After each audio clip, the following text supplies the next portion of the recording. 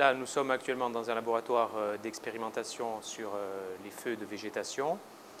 Le principe, en fait, l'idée de créer ce laboratoire est venue parce que lorsqu'on étudie un phénomène, quel qu'il soit, nous les feux, on fait souvent des modèles pour essayer de prédire le comportement du feu, par exemple.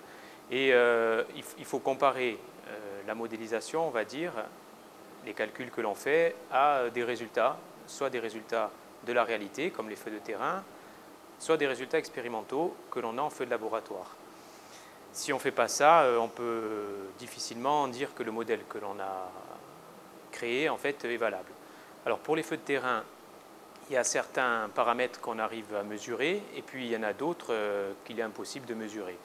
Donc on peut très bien mesurer une vitesse de propagation, la forme d'un front, la surface du feu, la végétation qui a brûlé, mais les grandeurs physique du feu, par exemple sa puissance, la température en certains endroits, les fumées, ce sont des grandeurs qui sont difficilement atteignables en terrain pour les feux réels et même pour les brûlages expérimentaux, parce qu'en fait ce n'est pas répétitif.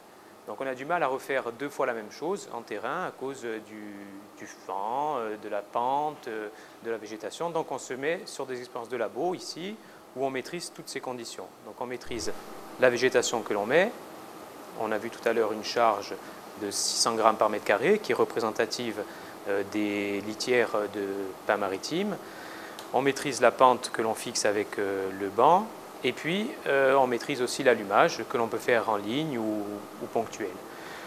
Donc ça a pour but de quantifier le feu et de déterminer des grandeurs utiles à la modélisation. Alors pour ça, on s'est inspiré de ce qui avait été fait dans les feux de compartiment. Les feux de compartiment, c'est les feux d'habitat, d'immeubles qui reçoivent du public, même les feux de train, les feux de navire. Et tout le matériel qui est ici, c'est du matériel qui est normalisé pour caractériser les matériaux que l'on a dans les habitations et les lieux recevant du public. Et donc l'idée, c'est d'utiliser toute cette technique, on va dire, pour les feux de végétation. Donc en gros, on applique une technologie d'étude des feux basée sur les feux de compartiment aux feux de végétation. Donc là, on vient de voir un cône calorimètre. Le cône calorimètre, lui, nous permet de mesurer la puissance du feu, c'est-à-dire l'énergie qui est dégagée par le feu. Avec le système de mesure que l'on a, on vient prélever les gaz qui sont dégagés, donc on peut mesurer aussi les fumées.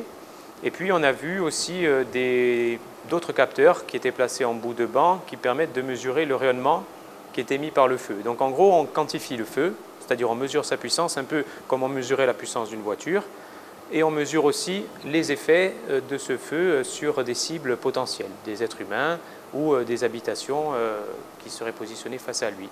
Alors donc pour mesurer cette puissance, en fait, le principe est très simple. Il s'agit de mesurer la différence d'oxygène entre l'oxygène que l'on trouve quand il n'y a pas de feu et l'oxygène quand il y a le feu. Cette différence va nous donner la puissance du feu, parce qu'on sait que pour 1 kg d'oxygène consommé, on produit 13 mégajoules, en gros. Donc, bien sûr, on fait des corrections, c'est-à-dire que l'oxygène, c'est la grandeur principale, mais on mesure aussi le dioxyde de carbone, le monoxyde de carbone. Et donc, en fait, dans cet instrument ici, qui est le calorimètre, les gaz qui sont émis par le feu sont ensuite accompagnés par un système d'extraction jusque dans une zone de prélèvement. Et là, on vient prélever ces gaz, mesurer leur température, et grâce à une baie d'analyse, identifier la quantité de monoxyde de carbone, de dioxyde de carbone, d'oxygène, et par là, on a la mesure de la puissance. Voilà. Donc ça, c'est un équipement qui a été financé par le FEDER, avec le soutien de la région. Bon, c'est un financement qui n'est pas très exorbitant, on va dire, et qui est le minimum pour pouvoir étudier une puissance de feu, puisque c'est un appareil de normalisation. Les travaux là, que l'on a menés sont publiés bien sûr dans des revues scientifiques, ça c'est la première des choses. C'est ce qui va en quelque sorte valider le bien fondé de nos travaux au niveau scientifique, puisqu'on est jugé par nos pairs. Et après, ces travaux, ils sont aussi en quelque sorte vulgarisés à destination du grand public et aussi à destination des professionnels pour leur indiquer l'aboutissement de ce qu'on a fait. Alors en gros, à quoi ça sert? Ça permet, souvent sur le terrain, on mesure des puissances par des formules approchées.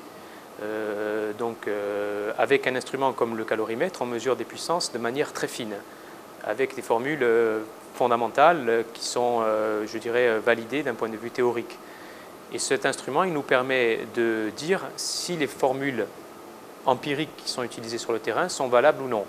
Donc là, par exemple, avec cet instrument, on a montré qu'une formule qui est classiquement utilisée, elle mérite d'être un tout petit peu modifiée pour arriver à avoir une mesure de la puissance. Donc on a déjà fourni un résultat, en gros, qui nous donne une application de ces travaux sur le terrain pour mesurer la puissance des feux.